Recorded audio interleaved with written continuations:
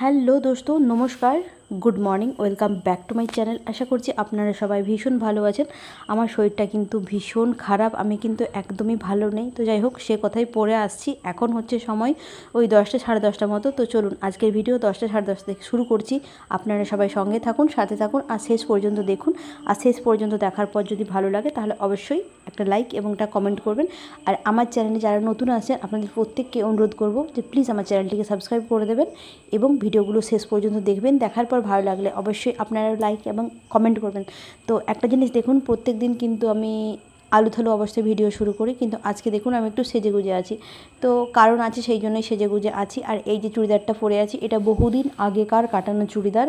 আমি তো সেরকম কোথাও বেরোয়ও না, সেরকম কোথাও যাইও না, তো সেই জন্য যে জামাগুলো কাটাই সেগুলো পরেই থাকে, সেগুলো পরার আর সুযোগ হয় না। তো আজকে যখন সুযোগ এসছে ভাবলাম পরেই ফেলি, তো সেই জন্য পরেছি। আর ভাবলাম একটু সেজেগুজে যখন নিয়েইছি তো ভিডিওটা শুরু করে দিতে, সেই জন্য ভিডিওটা শুরু করছি। তো চলুন আপনারা সঙ্গে থাকুন, সাথে থাকুন আর শেষ পর্যন্ত দেখুন। আর দেখার পর ভালো লাগলে অবশ্যই লাইক কমেন্ট শেয়ার করবেন। তো 10টা সাড়ে 10টার মতো সময় হয়ে গেছে, আমার শরীরটা ভীষণ খারাপ। বাজার থেকে দোকান মানে ওষুধের দোকান থেকে ওষুধ নিয়ে এসে খেয়েছি, কিন্তু তারপরে একটু ভালো লাগেনি। যেরকম লাগছিল সেরকমই লাগছে। মনে হচ্ছে যেন বুকের ভিতর কী সব জমাট বেঁধে গেছে, নিঃশ্বাস নিতে পারছি না, চোখের মধ্যে অনেক বালি ঢুকে গেছে, চোখগুলো করকর করছে, একদম ভাল লাগছে না। কী আর করা যাবে, কিছুই আর করার নেই। তো যাই হোক, একটা জিনিস থেকে শান্তি পেয়েছি, সেটা হচ্ছে কিট্টু আর তৃষানের শরীর খারাপ ছিল, ওদেরকে কালকে মিদনাপুর থেকে ডাক্তার দেখিয়ে নিয়ে আসা হয়েছে। এখন ওরা মোটামুটি সুস্থ আছে। আমাদের বড়দের শরীর খারাপ হলেও কোনো টেনশনের ব্যাপার নয়, যে ঠিক আছে আমরা বড়রা সহ্য করতে পারছি, কিন্তু ছোটো বাচ্চাদের শরীর খারাপ হয়ে গেলে ভীষণ টেনশন হয়। আর এমনিতেই ওদের মানে কিট্টুর একটু জ্বরটা বেড়েই যাচ্ছিলো, তো সেই জন্য মা বাবা এমন করছিল কি আর বলবো, মানে নিজেরও তো নার্ভাস হচ্ছিল, সঙ্গে সঙ্গে আমাকেও নার্ভাস করে দিচ্ছিলো। তো যাই হোক, এমনিতে হয়তো নিজের ভেতর টেনশন হচ্ছে, ঠিক আছে সেটা সহ্য করে নিচ্ছি, কিন্তু আগের দিকে যারা থাকে তারা যখন দেখি যে আরও বেশি নার্ভাস হয়ে যাচ্ছে, ওদেরকে দেখে তখন যেন নিজের আরও বেশি নার্ভাস হয়। তো যাই হোক, কী আর করবো, কিছু করার নেই। এখন আপাতত বাড়ির পরিস্থিতি খুবই ভালো, কারণ তৃষানকে আর কিট্টুকে ডাক্তার দেখিয়ে নিয়ে আসা হয়েছে। মা আর বাবা বাপরে বাপ যা নার্ভাস হচ্ছিল, আর মা বাবাকে আমি যদিও নিজেকে ভেতরে শান্ত রাখছিলাম, কিন্তু মা বাবার অবস্থা দেখে আমিও নার্ভাস হয়ে যাচ্ছিলাম। তো যাই হোক, এখন মোটামুটি আমি ঠিক আছি, কারণ এখন আর এত টেনশন হচ্ছে না। দুদিন আমি কাউকে কিছু বলিনি, কারণ আমার তো বলার মতো কোনো মানুষ নেই। মাকে আর বাবাকে তৃষানার কিট্টুর শরীর খারাপ ছিল, তৃষানার কিট্টুকে দেখে আমার যতটা না টেনশন হচ্ছিল, তার থেকে বেশি নার্ভাস আমাকে করছিল মা আর বাবা। তো যাই হোক, সামান্য একটা জিনিস হয়তো 100 জ্বর এসছে, এমন হচ্ছে কি আর বলবো। আর এখানে তো কেউ নেই, আছি আমি, মানে পাগল পাগল লাগছিল আমার। তো যাই হোক, এখন সেই পরিস্থিতিটা নেই, সেই পরিস্থিতিটা এখন কেটে গেছে। এখন তৃষান কিট্টু দুজনেই ভালো আছে, কিন্তু এখন আমার শরীরটা খারাপ হয়ে গেল। উফ, কী যে করা যাবে। এই কী বলে, সেপ্টেম্বর মাসেই তৃষানের পরীক্ষা, সব পড়া এখনও কমপ্লিট করতে পারিনি, কিছু কিছু বাকি আছে, কারণ তৃষানের তো এমনিতে শরীরটা খারাপ হতেই থাকে, সেই জন্য কমপ্লিট করাই হয়নি। আর মানে সব বাকি নেই, 2-1টা বাকি আছে। তবে আমি যদি আমার শরীরটা ভালো থাকলে আমি যদি রেগুলার পড়াতে থাকতাম না, তো কমপ্লিট হয়ে যেত। 2-1টা চ্যাপ্টার বাকি আছে, কী আর করা যাবে, এই শরীর খারাপ নিয়েই আমাকে পড়াতে হবে। কিন্তু আমার শরীরটা সত্যি ভীষণ খারাপ লাগছে, মানে প্যারাসিটামল রোজ আমি 2-3টে করে খাচ্ছি, শরীরটা এত দুর্বল লাগছে। হতে পারে বা ওই প্যারাসিটামল খাচ্ছি বলে শরীরটা দুর্বল লাগছে না কি আমি জানি না। তো দেখি আর 2-1 দিন যদি এরকম লেগে থাকে তাহলে হচ্ছে ডাক্তার দেখিয়ে নিতে হবে, কারণ এরকম আর কতদিন চলবে। আর মনে হচ্ছে যে শরীরে জ্বর আছে, কিন্তু থার্মোমিটার দুটোই ভেঙে গেছে, সেই জন্য তাপমাত্রাটাও মাপতে পারছি না যে তাপমাত্রা কত হলো। আর আজকে প্রায় 4 দিন মতো হলো ফজি সাহেব আমাকে ফোন করেনি, জানি না ও কেমন আছে, কোথায় আছে, কী ব্যাপার। ও তো ঠান্ডার দেশে আছে, সেই জন্য ওকে ঠান্ডা লেগেই ছিল, সবসময় দেখছি যখন কথা বলতো কাশতে থাকতো, বলছে সব ভালো লাগছে না। আর ওরও শরীরটা খারাপ ছিল, তো 3 দিন প্রায় হতে গেল ওর কোনো ফোন আসেনি, কোথায় আছে, কেমন আছে, কী অবস্থায় আছে আমি জানি না। আমার নিজের যে শরীর খারাপ সেটা তো বলবোই, কিন্তু তার আগে কথা তো হয়ে যাক, কথাই হচ্ছে না, কোথায় আছে আমি কিছু জানি না।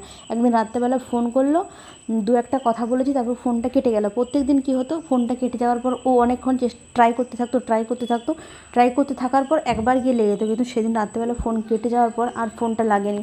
তো মনটা ভীষণ খারাপ, কারণ জানি না কোথায় আছে, কেমন অবস্থায় আছে। সব থেকে বড় কথা হচ্ছে আমার এই কারণে কথা হয়নি বলে মনটা খারাপ নয়, আমার মনটা খারাপ ওর শরীরটা তো খারাপ ছিল, আর আমি জানি না ওর শরীরটা কেমন আছে, কী ব্যাপার। তো সেই জন্য খারাপ লাগছে। যদি 1-2 মিনিট হলেও কথা হয়ে যেত না, যদি জানতে পেতাম যে হ্যাঁ শরীরটা ভালো আছে আর ঠান্ডাগুলো কমেছে, কাশি টাশিগুলো হচ্ছে না, জ্বর টর আসেনি, তাহলে ভালো লাগতো। একদিন হচ্ছে কথা হয়েছিল, সেদিন ও রেস্টে ছিল।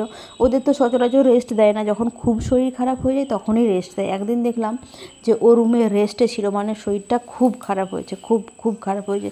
সেই জন্য আমার একটু বেশিই টেনশন হচ্ছে যে কেমন আছে, কী ব্যাপার। তো হাই থেকে ডাউন হওয়ারও কথা ছিল, ডাউন তো হলে নেটওয়ার্ক আসতো, ডাউন হয়নি, ওপরেই আছে। কিন্তু ওপরেও না 2-1 দিন নেটওয়ার্ক আসে, মানে ওয়াইফাই অন হয়, কিন্তু ওয়াইফাই হয়তো অন হয়নি বা কিছু তো একটা সমস্যা হয়েছে, সেই জন্য কথা হয়নি বা কথা বলতে পারছি না। তবে মনটা ভালো নেই, আমার মনটা ভীষণ খারাপ। একে তো শরীরটাও খারাপ, তার সঙ্গে মনটাও খারাপ। তো যাই হোক, কী আর করবো, নেটওয়ার্ক এলে হয়তো অবশ্যই ফোন করবে। বেশি খারাপ লাগে না, শরীরটা খারাপ হয়ে গেল। আর এমন কাজ রে বাবা, যখন ভীষণ শরীর খারাপ হয়ে যাবে যে কোনো রকমই উঠতে পারছে না বিছানা থেকে বা খুব সমস্যা হচ্ছে, তাহলেই কিন্তু রেস্ট দেয়, না হলে কিন্তু নয়। তোমার 100 জ্বর, তোমাকে ডিউটিতে যেতে হবে।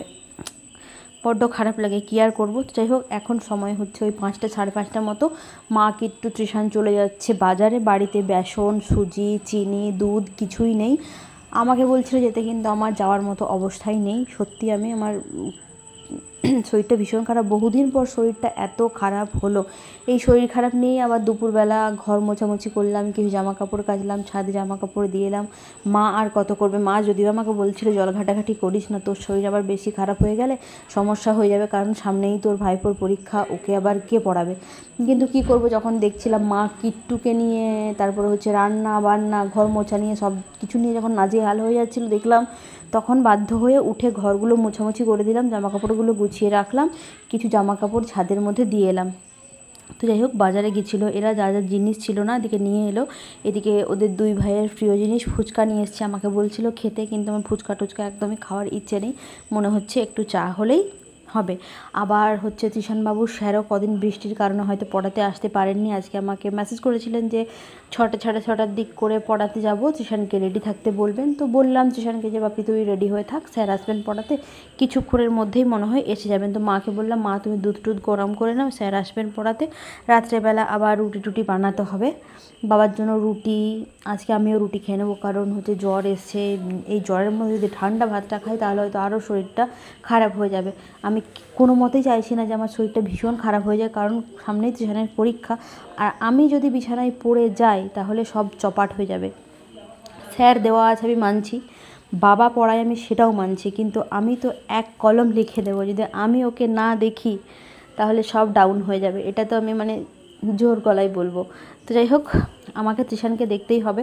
আর ওর রেজাল্ট খারাপ হয়ে গেলে আমারও ভীষণ খারাপ লাগে, যখন দেখি যে কম নাম্বার, আমি হয়তো কোনো কারণে ব্যস্ত হয়ে গেছি, ওকে সময় দিতে পারিনি, ওকে পড়াতে পারিনি, কোনো সাবজেক্টে একটু নাম্বার কম পেয়ে গেল, তাহলে আমার নিজেরই খারাপ লাগে। আরে আমি তো জানি যে স্যার পড়াচ্ছে, বাবা পড়াচ্ছে, তারপরেও নিজে আমি ওকে কতটা দেখাই বা আমি কীভাবে পড়াই। তো যাই হোক, সেটা পরের কথা। এখন সন্ধে হয়ে গেছে, অনেকটাই সন্ধে হয়ে গেছে, স্যার ভেতরের রুমে পড়াচ্ছেন, আর এদিকে ঝিমঝিম করে বৃষ্টি শুরু হয়ে গেল। জানি না এই বৃষ্টি কতক্ষণ হবে বা কী। তো বৃষ্টিটা হচ্ছে যখন, চাইবো যে জোরে হোক, জোরে হলে হচ্ছে রাত্রে ঘুমটা দারুণ হবে।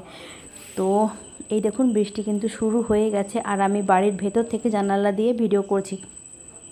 স্যারকে মনে হয় মা চা দিয়ে এসছেন, স্যারকে চা দিয়ে আসার পর এই যে আমাকে চা দিল, এখন একটু গরম গরম আদা দেওয়া চা খাবো, তাহলে মনে হচ্ছে গলাটা ছাড়বে। তো যাই হোক, এই যে এখন আমি ভিডিওতে ভয়েস দিচ্ছি না, আমার মনে হচ্ছে যেন নিঃশ্বাসটা আমার বন্ধ হয়ে যাচ্ছে। কি আর করা যাবে, ভিডিও যখন বানাই ভয়েস তো দিতেই হবে, যত কষ্ট হোক। এই যে এই 3টে নিমকি খাবো, আর ওইটুকু চা খাবো। তো চলুন, আজকের ভিডিও এই পর্যন্তই। নেক্সট ভিডিওতে আপনাদের সঙ্গে আবার দেখা হবে। আপনারা ভালো থাকবেন, সুস্থ থাকবেন। আজকের ভিডিওটি ভালো লাগলে অবশ্যই লাইক কমেন্ট শেয়ার করবেন। তো চলুন, গুড নাইট, টাটা। নেক্সট ব্লগে আপনাদের সঙ্গে আবার